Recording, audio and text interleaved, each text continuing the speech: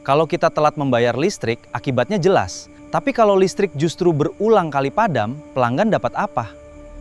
Kita mungkin masih ingat, telat membayar tagihan, petugas datang. KWH meter bisa dibongkar, dan pelanggan diminta menyelesaikan kewajibannya. Pelanggan datang ke kantor, menyelesaikan persoalan. Bahkan bisa diminta membuat pernyataan, agar keterlambatan tidak terulang. Nah, sekarang ceritanya kita balik. Ketika BIARPET datang berulang dan jadwal pemulihan berubah, kegiatan maupun usaha ikut tersendat. Kece people, ini bukan cuma perkara lampu mati. Ini soal kepastian layanan, aktivitas masyarakat, dan pada akhirnya soal rasa adil. Publik sempat berharap pemadaman bergilir akan berakhir pada 5 Agustus 2026. Pekerja, anak sekolah, semuanya mulai menyusun kembali aktivitas.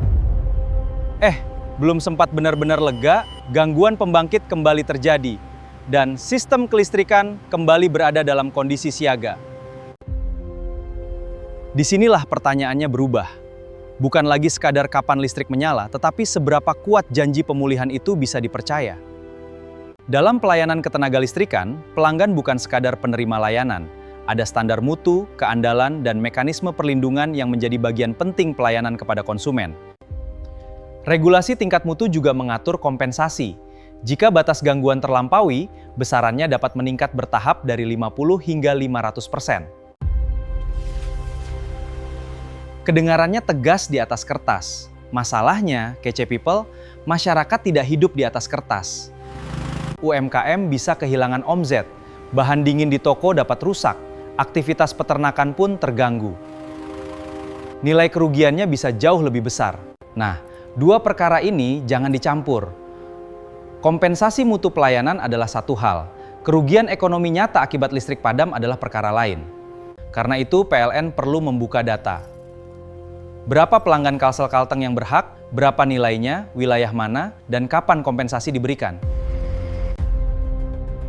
DPRD Kalsel memang sudah bergerak. Komisi 3 bertemu PLN, UID Kalselteng pada 2 Juli untuk membahas keluhan dan pemulihan sistem. Tapi rapat bukan garis finish. Setelah mikrofon dimatikan, justru pertanyaan publik harus semakin kencang. Berapa lama padam? Siapa berhak mendapat kompensasi? Berapa sudah dibayar? Mengapa gangguan berulang? Dan apakah target pemulihan punya dasar teknis? Itulah ukuran pengawasan. Bukan siapa paling keras bicara, bukan siapa paling viral. Yang penting, apa yang berubah setelah rapat selesai. Kalau persoalan ini ingin benar-benar diselesaikan, ada sejumlah langkah yang menurut saya layak didorong. Pertama, DPRD Kalsel dan Kalteng perlu meminta RDP lanjutan dengan membawa data gangguan per wilayah, bukan sekadar paparan kondisi umum. Kedua, gangguan pembangkit IPP perlu diuji secara teknis, mulai dari akar masalah, pemadaman atau penghentian paksa sistem, hingga riwayat pemeliharaan dan kinerja operator. Jika perlu, libatkan pemeriksa independen. Ketiga, PLN perlu membuka realisasi kompensasi, jumlah pelanggan, total nilainya, wilayah terdampak, periode perhitungan, serta kapan masuk ketagihan atau token. Keempat, DPR perlu mengevaluasi kecukupan kompensasi. Kelima, tanggung jawab PLN dan IPPP harus diperjelas. Tapi gangguan teknis juga tidak otomatis berarti kelalaian. Warga dituntut tertib membayar tagihan, maka wajar warga menuntut pelayanan yang tertib. Kalau lampu padam, transparansi dan akuntabilitas jangan ikut gelap. Kece people, simak terus banjarbarukece.com. Banjarbaru, keren dan cerdas.